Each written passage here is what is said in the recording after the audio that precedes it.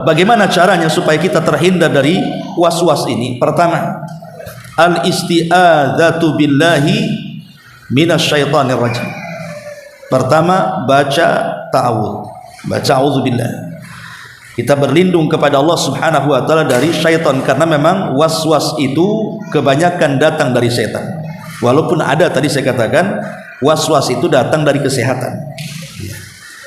Dan ini paling mujarab. Karena Allah Subhanahu wa taala mengatakan wa imma yanzaghannaka minasyaitani nazghun fasta'idz billahi innahu samiul alim. Apabila datang kepadamu gangguan dari setan berupa waswas, maka segeralah ta'awudz, meminta perlindungan kepada Allah Subhanahu wa taala.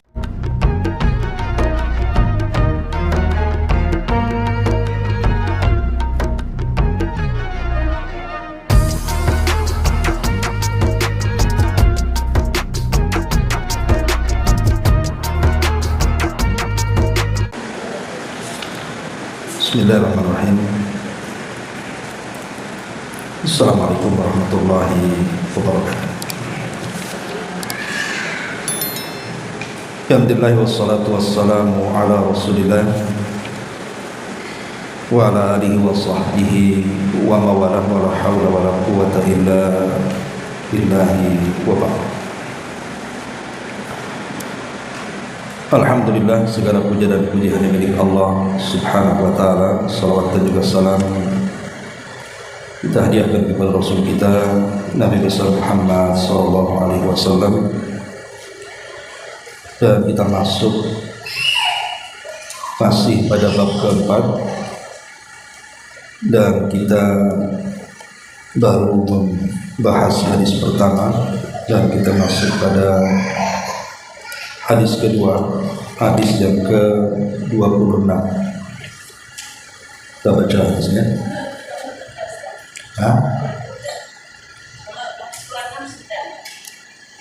Sudah. Iya, tapi belum dijelaskan. Kemarin dibaca aja. Kemarin fokus di pembahasan mani, ya. Mani, mati, dan wadi. Gak apa-apa, kita ulang. An Abbad ibn Tamim an Abdullah ibn Zaid ibn Asim al-Mazani radhiyallahu anhu qala syukiya ila Nabi sallallahu alaihi wasallam ar-rajul alladhi yukhayyalu ilayhi annahu yajidu shay'a fi salati faqala la yansarif hatta yasma sautan aw yajid rihan. Dari Abbad ibn Tamim bahwa Abdullah ibn Zaid ibn Asim al-Mazini radhiyallahu anhu dia menuturkan bahwa Rasul sallallahu alaihi wasallam ditanya tentang orang yang seolah-olah merasakan sesuatu ketika mengerjakan salat. Maka Nabi sallallahu alaihi wasallam menjawab, janganlah dia pergi membatalkan salatnya sebelum mendengar suara atau mencium bau. Wan Ummu Qaisi binti Mihsanin al-Asadi annaha atat bibnin laha saghirin lam ya'kulit ta'am ila Rasulillah sallallahu alaihi wasallam fa ajlasahu fi hijrihi fa bala ala thawbihi fada'a bima'in fa nadahahu ala thawbihi wa lam yaksil. Ummu Qais bintu Mihsan al-Asadiyah menuturkan bahwa dirinya datang kepada Nabi sallallahu alaihi wasallam membawa anak laki-laki yang masih kecil dan belum makan sesuatu.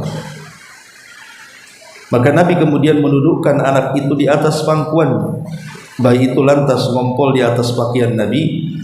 Beliau meminta air lalu memercikannya pada pakaian dan tidak membasuhnya.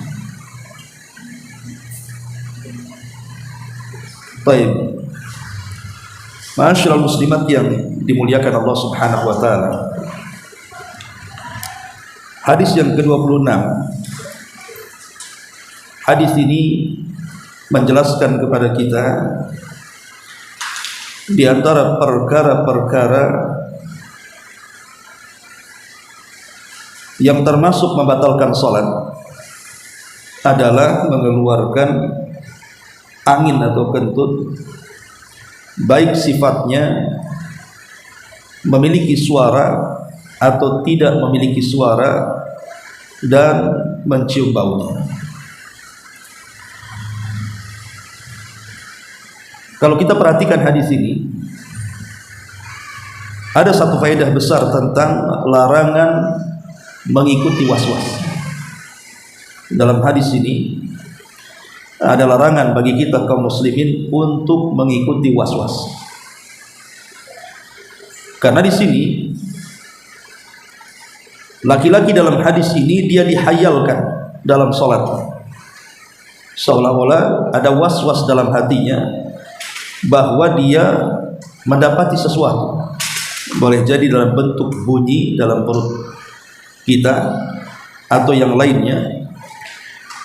Maka Nabi SAW untuk menghilangkan was-was dari orang ini langsung memutus dengan mengatakan la yansharif, jangan kau batalkan sholatmu, karena itu hanya was-was saja. Artinya kalau hanya suara perut maka tidak membatalkan sholat, karena sifatnya di dalam. Lain kalau sudah keluar, kentut ataupun buang hajat kecil ataupun besar kan sudah keluar. Tapi kalau masih di dalam, jangan bercerita tentang kentut dalam perut. Dalam perut ini macam-macam ada kan ini, termasuk kotoran, najis ataupun kencing, ada semua dalam perut. Tetapi selama itu berada di dalam maka tidak mempengaruhi sholat, kecuali kalau keluar, maka itu baru mempengaruhi sholat. Dari sini Nabi SAW ingin menasihati kepada siapapun yang terkena was-was untuk meninggalkan was-was, karena was-was ini sangat bahaya. Lalu apa penyebab kenapa kemudian seseorang itu terjadi was-was dan apa cara mengobatinya? Karena ini banyak sekali pertanyaan seputar was-was di sini. Ma'asyiral muslimat yang dimuliakan Allah Subhanahu wa taala, Al-Imam Ibnul Qayyim rahimahullahu taala ketika bicara soal was-was ini, beliau mengatakan bahwa was-was itu tidak terjadi kecuali karena dua perkara. Jadi was-was syaitan untuk mengganggu anak Adam itu tidak terjadi kepada seseorang kecuali karena dua perkara penyebabnya. Yang pertama, kata beliau, was-was itu ditimbulkan karena kerusakan akal. Jadi akal seseorang sakit. Dari sini kita tahu bahwa was-was itu tidak mesti dari setan. Bisa saja karena terganggu kesehatan, mungkin masalah hormonnya atau apanya, sehingga menimbulkan was-was. Maka yang seperti ini seseorang harus datang ke dokter, khususnya ke psikiater atau dokter-dokter yang memang menangani kejiwaan. Karena boleh jadi mungkin ada masalah di akalnya, boleh jadi mungkin karena kecelakaan kemudian terbentur kepalanya, atau karena kesehatan terganggu maka menjadikan seseorang mudah was-was. Ini yang pertama. Dan yang kedua tentunya disebabkan karena gangguan syaitan. Dan itu yang banyak. Ya, yang banyak seseorang itu terjerumus kepada was-was itu karena gangguan syaitan. Memang setan sengaja untuk mengganggu ibadah kita supaya tidak diterima Allah Subhanahu wa taala. Dan was-was ini juga terjadi bukan hanya dalam bab ibadah. Dia masuk pada segala lini kehidupan manusia, baik dalam bab akidah, baik dalam bab ibadah, baik dalam bab muamalah. Itu was-was masuk di sini. Contohnya umpamanya dalam bab akidah. Contohkan para ulama was-was dalam bab akidah. Terkadang syaitan ini masuk dalam akidah seseorang kemudian dihayalkan dalam pikirannya tentang siapa yang menciptakan langit, siapa yang menciptakan bumi, siapa yang menciptakan gunung-gunung dan lautan, dan berakhir kepada pertanyaan siapa yang menciptakan Tuhan. Dan ini kan menjadi was-was. Awalnya tidak ada masalah, dia berpikir siapa yang menciptakan langit, ya jawabannya Allah. Siapa yang menciptakan bumi, ya jawabannya Allah. Begitu juga gunung, lautan dan yang lainnya. Tapi setan kemudian masuk memberikan was-was sampai pertanyaannya, siapa yang menciptakan pencipta? Kalau seandainya semua makhluk diciptakan Allah, lalu siapa yang menciptakan Allah? Lah kalau sampai kemudian pikiran kita sampai memikirkan siapa yang menciptakan Tuhan kita, maka kata Nabi SAW, fasta'id billahi, maka segeralah dia berlindung kepada Allah dari syaitan untuk memutus was-was tadi. Langsung kita tahu, jangan diteruskan, karena pertanyaan ini sudah mengarah kepada pertanyaan kufur ya. Ini dalam bab akidah. Kemudian yang kedua, terkadang was-was juga masuk dalam bab ibadah, dan ini yang paling banyak. Yang paling banyak itu was-was masuk dalam bab ibadah, entah masuk dalam sholat, entah masuk dalam wudu, entah masuk dalam puasa, dan begitu seterusnya. Makanya kita lihat orang-orang yang terkena penyakit was-was dalam ibadah ini cenderung hulu dalam ibadah, cenderung berlebihan melampaui batas dalam ibadah. Contoh orang yang berwudu, saya itu pernah melihat orang yang sholat itu kok pada basah pakaiannya. Apakah dia sudah mandi atau apa, rupanya dia berwudu berkali-kali. Jadi sampai ke cipratan wudunya itu terkena pakaiannya. Jadi kesannya kayak kehujanan gitu. Jadi orang was-was itu bisa nguras bak mandi itu. Karena dikiranya wudu pertama tidak sah, kemudian wudu lagi, habislah airnya. Nah ini kan was-was ini yang seperti ini. Ataupun setan ini masuk dalam bab sholat. Kita lihat ada orang yang sholat itu terkena was-was sampai takbiratul ikhram itu tidak jadi-jadi. Allahu Akbar, tak jadi lagi. Allahu Akbar, tak jadi. Sampai 10-20 kali. Sampai imam sudah salat dia mesti takbir aja. Agak repot itu ya. Jadi memang sengaja setan itu masuk di situ. Atau masuk dalam bacaan. Kadang-kadang kayak orangnya sih sebenarnya tidak terbata-bata ngomongnya, lancar. Tapi kadang-kadang setan masuk ke lidahnya, kadang membaca bismillah saja, bis gitu ya. Jadi kayak susah mau menyebut bismillah itu. Jadi Allahu Akbar dia gitu ya, kayak orang gagap akhirnya, padahal sebenarnya dia tidak gagap. Tapi memang setan masuk di situ supaya kita was-was, akhirnya mau mengucapkan sesuatu itu kayak berat tadi. Ini kan dari setan ya. Atau terkadang seseorang diragu-ragukan tentang berapa jumlah rakaat. Ini yang banyak terjadi. Tadi saya sholat 3 rakaat ke 4 rakaat, sudah selesai kah belum selesai? Nah, tetapi Nabi SAW memberikan solusi bagi was-was yang seperti ini. Kalau seseorang ragu tentang rakaat sholat apakah 3 ataukah 4, maka ambil yang paling sedikit. Berarti kalau dia ragu-ragu 3 atau 4, tetapkan 3 tambah 1, lakukan sujud sahwi, selesai ya. Sebab kalau kita mengambil yang terbanyak, nanti was-wasnya nggak hilang. Oh jangan-jangan 3, jangan-jangan 3. Tapi kalau umpamanya kita mengambil yang sedikit, kalaupun seandainya was-was, kan bilangan rakaatnya sudah pas. Kalaupun seandainya lebih, kan sudah sujud sahwi di situ. Jadi lebih selamat kan gitu ya. Jadi tetapkan kepada yang yakin, kemudian lakukan sujud sahwi. Nah itu juga terjadi kepada salah seseorang yang sedang sholat. Kadang-kadang dilupakan soal jumlah rakaat. Ataupun seperti hadis ini. Hadis ini menceritakan tentang seseorang yang ragu-ragu apakah dia kentut atau tidak. Dibuatnya oleh setan itu was-was dalam bunyi-bunyian dalam perut. Maka Nabi SAW memberikan solusi, la yansarif hatta yasma'a sautan aw yajida rihan. Jangan batalkan sholatmu sampai betul-betul engkau mendengar suaranya atau mencium baunya. Ataupun tidak ada suara, tidak bau, tapi kita yakin kita kentut ya, kan ada kentut itu nggak ada suaranya dan tidak ada baunya gitu, tapi kita yakin kita kentut. Maka kalau kita yakin kita kentut, yakin itu tidak bisa mengalahkan keraguan, makanya tetap batal sholatnya.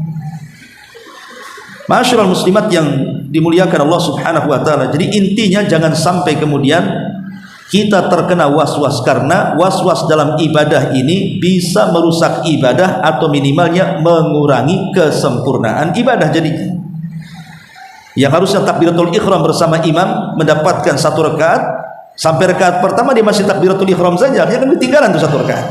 Jadi kayak orang masbuk jadinya. Jadi bisa mengurangi jadinya kan kualitas salat dan juga pahala salat. Ini sering terjadi dalam bab wudu atau bab muamalah, ya, ataupun bab puasa, was-was dia. Ini sudah masuk atau tidak? Sudah masuk atau tidak kan itu? Ya, maksudnya masuk buka atau tidak, sehingga dia nunggu gelap betul baru makan gitu ya, makan iftar. Padahal tidak boleh kita ini mengakhirkan buka. Justru Nabi SAW merintahkan kita menyegerakan berbuka. Kalau sudah teng keluar maghrib ya buka langsung gitu ya. Mungkin ketika listrik mati nggak dengar azan akhirnya was-was, nunggu gelap sajalah kan gitu. Karena ketika kita mengakhirkan buka itu tasyabuh dengan orang-orang ahli kita. Ahli kita puasa, kita juga puasa, cuman kita menyegerakan berbuka, mereka mengakhirkan berbuka. Tapi sengaja setan membuat puasa supaya ibadah kita menyelisih sunnah Nabi sallallahu alaihi wasallam. Ma'asyiral muslimat yang dimuliakan Allah azza wajalla, ataupun masuk dalam bab muamalah. Was-was itu masuk dalam bab muamalah.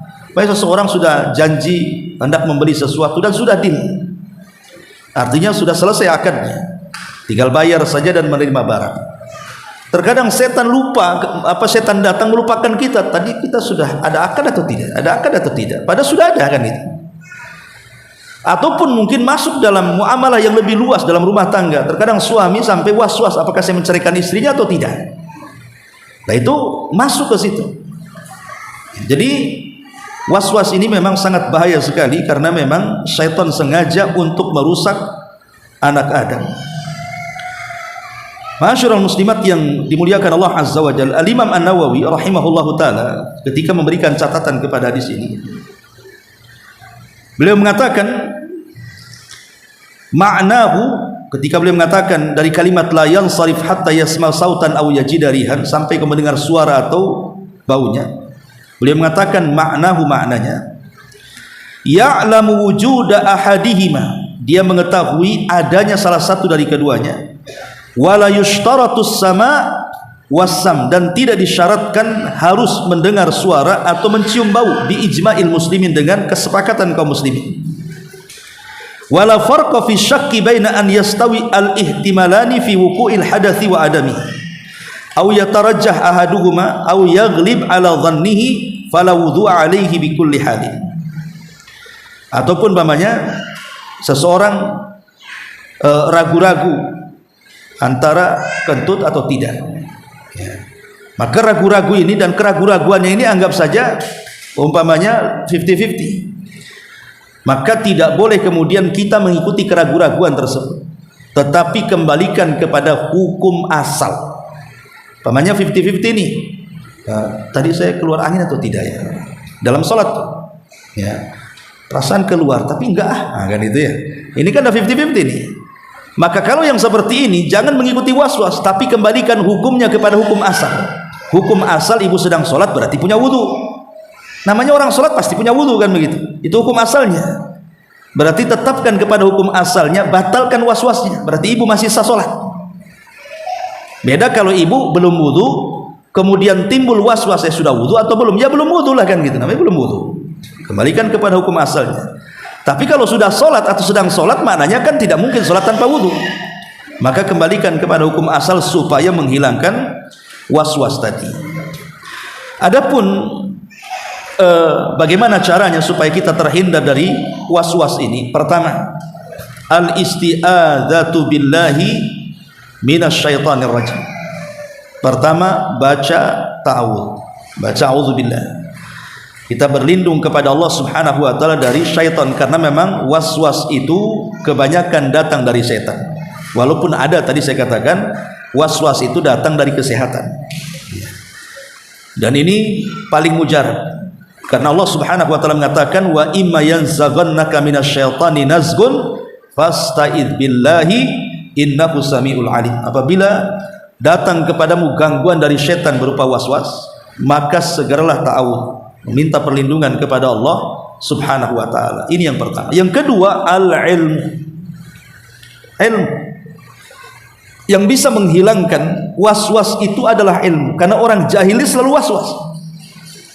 Selalu waswas gitu, ini boleh atau tidak, haram apa halal, ya, yang ini tuh bid'ah atau sunnah. Ya, jadi orang yang jahil itu selalu waswas tentang hukum karena dia tidak punya pengetahuan tentang itu. Akhirnya menerka-nerka.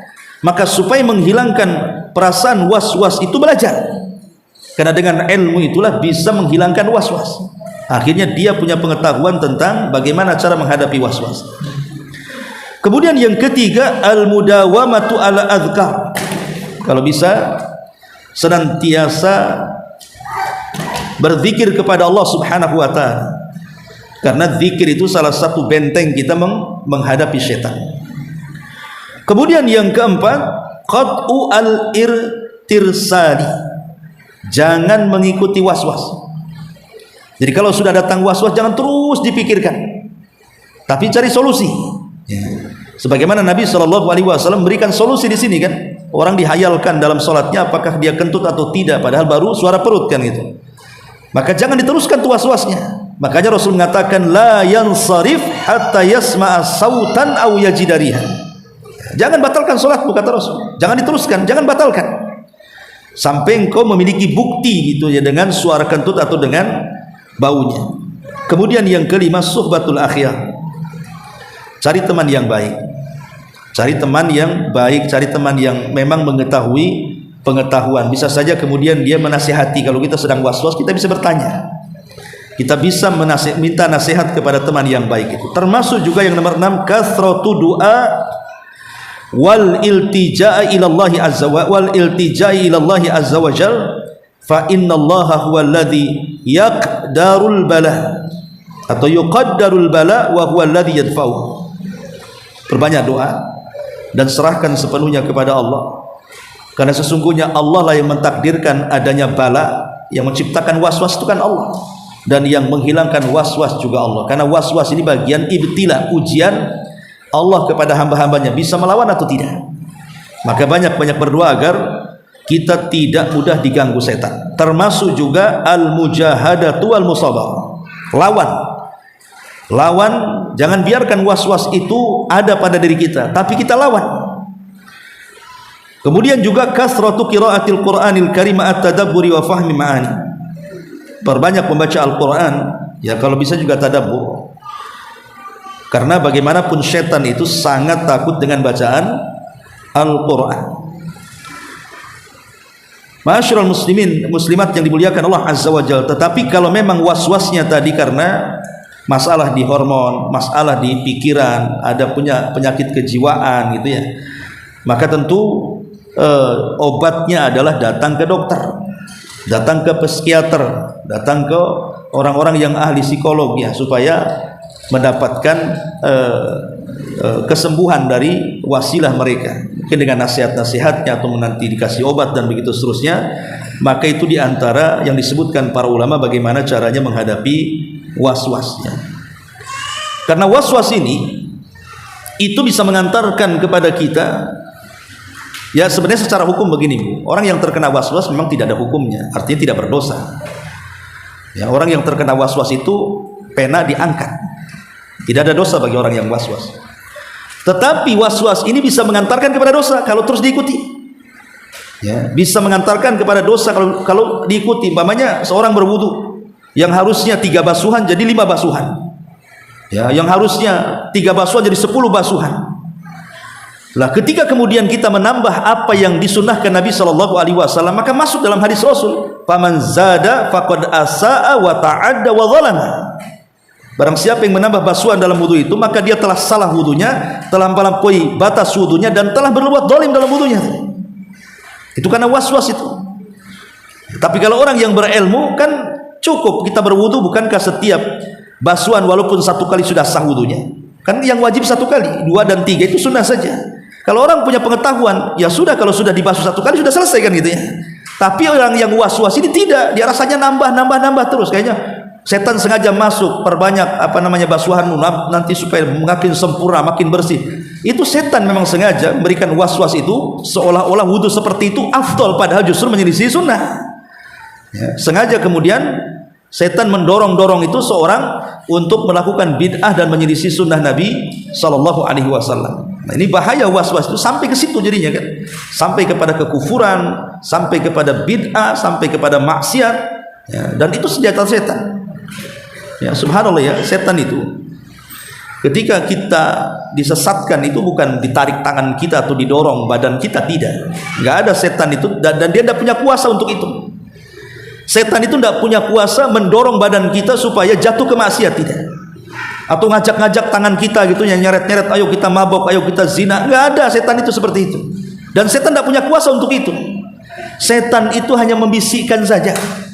Ya, dia datang ke hati kita, kemudian dibisikkan saja itu. Tapi bisikan setan itu memang luar biasa.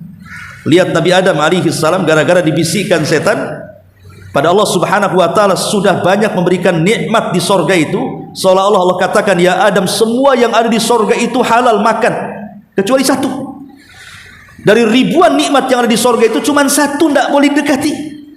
Tapi setan datang kepada Adam, dibuatnya penasaran dengan pohon yang 1 itu. Coba, kemudian setelah penasaran nengok pohon itu, dimasuki lagi was-was, sudah petik aja, makan aja. Akhirnya pula makan terus dari sorga. Nah, kalau sekelas Adam alaihi salatu wassalam, Abul Bashar, manusia pilihan, bisa melanggar larangan Allah subhanahu wa ta'ala hanya karena mengikuti was-was syaitan, bagaimana pula kita? Makanya tadi saya katakan harus banyak-banyak berzikir, ta'awud, baca Quran, dan begitu seterusnya dari solusi yang sudah saya jelaskan tadi. Ma'asyiral muslimat yang dimuliakan Allah subhanahu wa ta'ala, disebutkan dalam hadis dari Utsman ibn Abil As bahwa dia pernah mendatangi Nabi Sallallahu Alaihi Wasallam. Kemudian dia mengatakan, ya Rasulullah, inna syaitan qad hala baini wa baina salati wa qiraati. Ya Rasulullah, sesungguhnya setan telah menghalangi antara diriku dan salatku, dan antara diriku dan bacaan salatku. Yulabbisu alayya, berusaha untuk membuat talbis, keraguan-raguan. Faqala Rasulullah sallallahu alaihi wasallam, maka Rasul mengatakan, dzaka syaitanu, itulah perbuatan setan. Yuqalu lahu hinzab, yang diberi nama hinzab. Fa idza ahsastahu, kalau engkau merasakan sudah ada gangguan dari setan hinzab ini, fata'awwad billahi minhu, segera berta'awud kepada Allah dari gangguan setan. Wadful ala yasarika thalathan, ludahkan ke arah kiri 3 kali. Kemudian kata Utsman ibn Abil As, fa fa'altu dzalik fa adhabahu Allahu anni, maka aku lakukan seperti itu, maka Allah hilangkan perasaan was-was pada hatiku. Lihat, Nabi SAW menyebutkan tentang bahaya was-was setan, sampai-sampai disuruh ta'awud kemudian meludah ke arah kiri 3 kali. Dan ini juga sebagai penguat daripada hadis Abbad ibn Tamim ibn Abdullah ibn Zaid al-Asimi al-Mazani rahimahullahu ta'ala radhiyallahu anhu. Ma'asyiral muslimat yang dimuliakan Allah subhanahu wa ta'ala, ini diantara faedah hadis ini ya. Lebihnya mungkin sudah saya jelaskan pada minggu yang lalu. Kita tekankan pada perkara was-wasnya saja, karena ini yang paling bahaya sekali. Sampai-sampai ada seorang ikhwan itu waktu saya kajian di Muhajirin, itu terkena was-was. Jadi dia selalu bertanya, Ustaz, apakah wudhu saya sah? Katanya. Kenapa? Karena saya kalau kencing, dia bilang, kencing nih, kemudian sudah saya basuh, sudah saya bersihkan kemaluan saya, tapi setelah saya pakai celana terasa kayak ada, ya mungkin semacam keluar sedikit, dan itu selalu, wahai Ustaz, katanya. Jadi akhirnya saya ragu-ragu, ya saya ambil wudhu lagi, terkadang diulang 2 kali wudhu, kemudian saya sholat, katanya. Lah yang seperti ini kan was-wasatnya kan. Ya, padahal para ulama ketika bicara seperti ini, kalau kita kencing dan kita sudah cebok, ya, kalau umpamanya di tengah jalan mungkin ada perasaan keluar sedikit, itu tidak ada masalah, dimaafkan oleh para ulama. Ya, sebab kalau seandainya perasaan itu diikuti, nanti Berapa kali kita wudu tuh? Nanti habis wudu gitu lagi, wudu lagi. Segitu lagi, wudu lagi. Memang setan sengaja di situ. Coba perhatikan hadis Nabi SAW ketika Rasul mengatakan, apabila sandalmu kemudian terkena kotoran najis, apa kata Rasul? Cara membersihkannya cukup digosokkan ke tanah 1 kali, itulah cara pembersihannya. Pertanyaannya, sandal yang menginjak kotoran, umpamanya ada kotoran manusia, keinjak sandal, kemudian digosok 1 kali ke tanah, pertanyaan bersih atau tidak? Nggak akan bersih. Walaupun mungkin bersih kotorannya, baunya juga masih ada kan. Tapi Rasulullah SAW mengatakan begitulah cara pembersihannya. Tidak pula kemudian kita berpikir itu kan masih kotor, berarti kita harus cuci lagi. Itu sudah ta'addi namanya, menyelisih sunnah kan gitu. Yakin sajalah sudah bersih, kata Rasul bersih, ya bersihlah, selesai gitu. Ataupun umpamanya seseorang yang kata Nabi SAW, pakaian perempuan itu kan kadang-kadang melebihi 1 jengkal dari mata kaki atau mungkin lebih kan, diseret kan gitu ya. Apa kata Rasul? Kalau seandainya pakaian depannya itu terkena najis, kemudian setelah itu tersapu tanah, maka sudah dianggap bersih itu, tidak perlu dicuci lagi kan. Berarti menunjukkan sebenarnya Islam itu simple. Tapi kalau kita mengikuti was-was, ya nggak selesai lah ya. Oh itu kan kotorannya masih pakainya masih bau, ini harus dicuci macam-macam ya. Ini mempersulit agama namanya. Ya, maka kewajiban kita adalah mencukupkan perintah Nabi. Kalau Nabi mengatakan A, lakukan, Anda perlu ada was-was di situ. Nah ini menunjukkan bagaimana Islam itu agama yang mudah, agama yang simpel, tidak memberatkan dan tidak harus berlebihan dalam ibadah. Ikutilah perintah baik Al-Quran atau Sunnah Nabi Sallallahu Alaihi Wasallam. Ini tambahan keterangan tentang hadis la yansarif hatta yasma'a sautan au yajidarihan. Kemudian hadis berikutnya, an Ummi Qaisin, dari Ummu Qais, dari Ummu Qais binti Mihsanin al-Asadi. Ummu Qais dalam hadis ini dia adalah saudari dari Imran ibn Mihsan, Ukasa ibn Mihsan al-Asadi. Ingat pada hadis ketika Nabi SAW bercerita tentang 70.000 orang yang masuk surga tanpa hisab dan adab. Kemudian Nabi SAW menyebutkan ciri-cirinya atau sifat-sifatnya, bukan orangnya. Kata Nabi SAW, orang yang akan masuk surga tanpa hisab dan azab dari 70.000 itu adalah, pertama, orang yang tidak minta diruqyah, yang kedua orang yang tidak minta diobati dengan kain besi panas, yang ketiga orang yang tidak tatayur, dan yang keempat orang yang bertawakal kuat kepada Allah. Kemudian ada sahabat yang bernama Ukasa ibn Mihsan. Dia mengatakan, ya Rasul, doakan aku termasuk mereka. Maksudnya 70.000 yang masuk surga tanpa hisab dan adab. Kata Rasul, anta minhum, engkau termasuk mereka. Tiba-tiba semua para sahabat ingin juga mengatakan, doakan juga kami wahai Rasul, doakan juga kami wahai Rasul. Tapi Rasul mengatakan apa? Sabaqakum biha Ukasa, telah mendahului kalian semua Ukasa bin Mihsan. Lah Ukasa bin Mihsan ini punya saudari namanya Ummu Qais binti Mihsan al-Asadi. Lah Ummu Qais bin Mihsan al-Asadi ini dia punya anak kecil laki-laki. Karena akan dibedakan antara anak bayi laki-laki dengan anak bayi perempuannya, dibedakan. Dalam Islam itu dibedakan hukum cara membersihkan najisnya, sama-sama najis. Ya, kencing, yang namanya kencing manusia, mau bayi, mau remaja, mau dewasa, mau tua, tetap najis. Jadi kencing manusia itu najis secara mutlak. Cuman yang menjadi khilaf itu adalah bukan hukum najisnya, tapi hukum cara membersihkan najisnya, khusus bagi bayi yang belum makan. Ya, dia masih makan nasi. Tapi kalau sudah makan itu tidak ada khilaf ulama, harus dicuci. Mau laki-laki mau perempuan, kalau sudah makan wajib dicuci.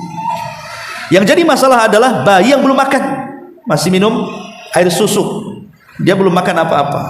Lah Ummu Qais ini punya bayi kecil laki-laki, dia belum makan. Dia datang kepada Nabi SAW. Biasa para sahabat itu mereka ingin meminta berkah, dengan membawa anak-anak mereka dihadapkan kepada Rasul, biar Rasul mentahnik itu mengunyahkan kurma sampai lembut, kemudian dioleskan di bibirnya.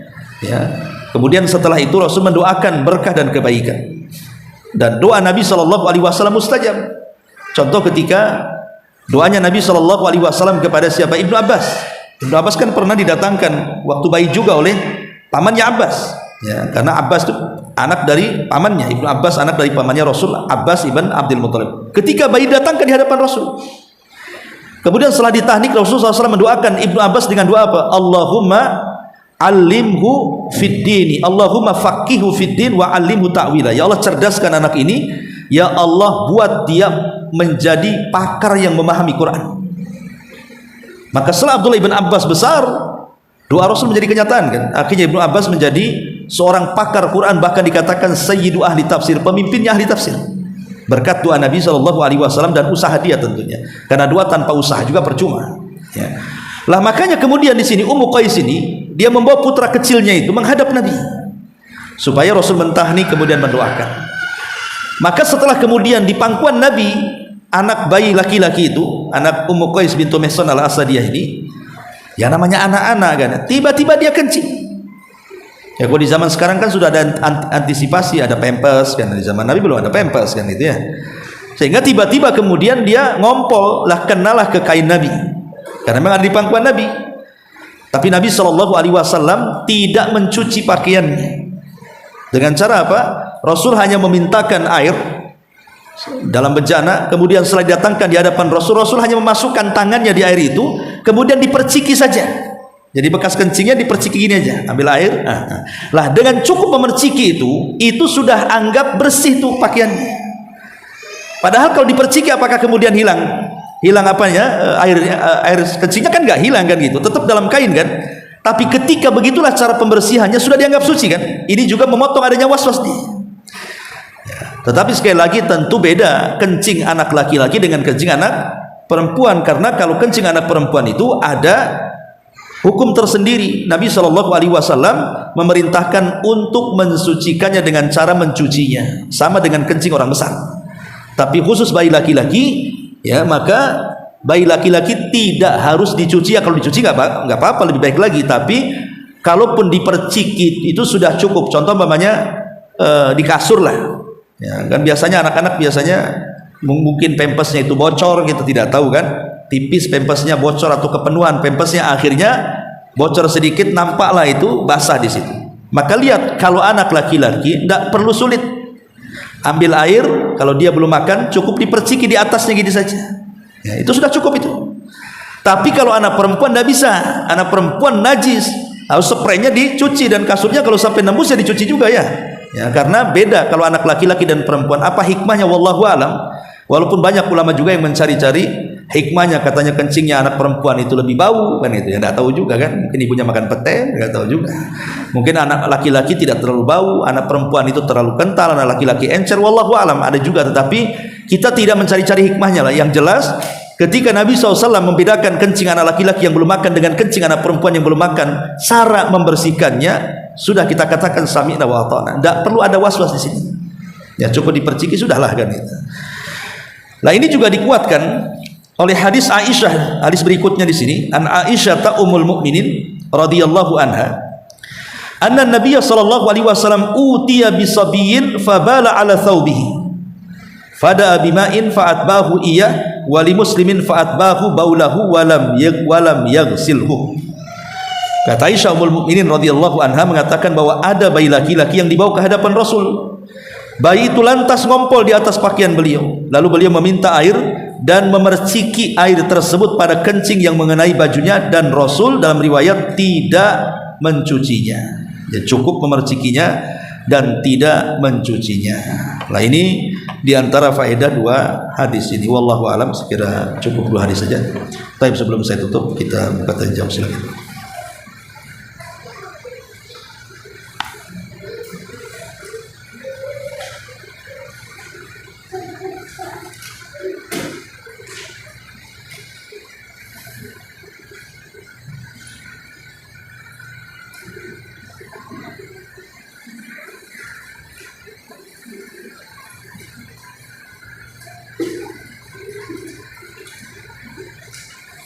Ada?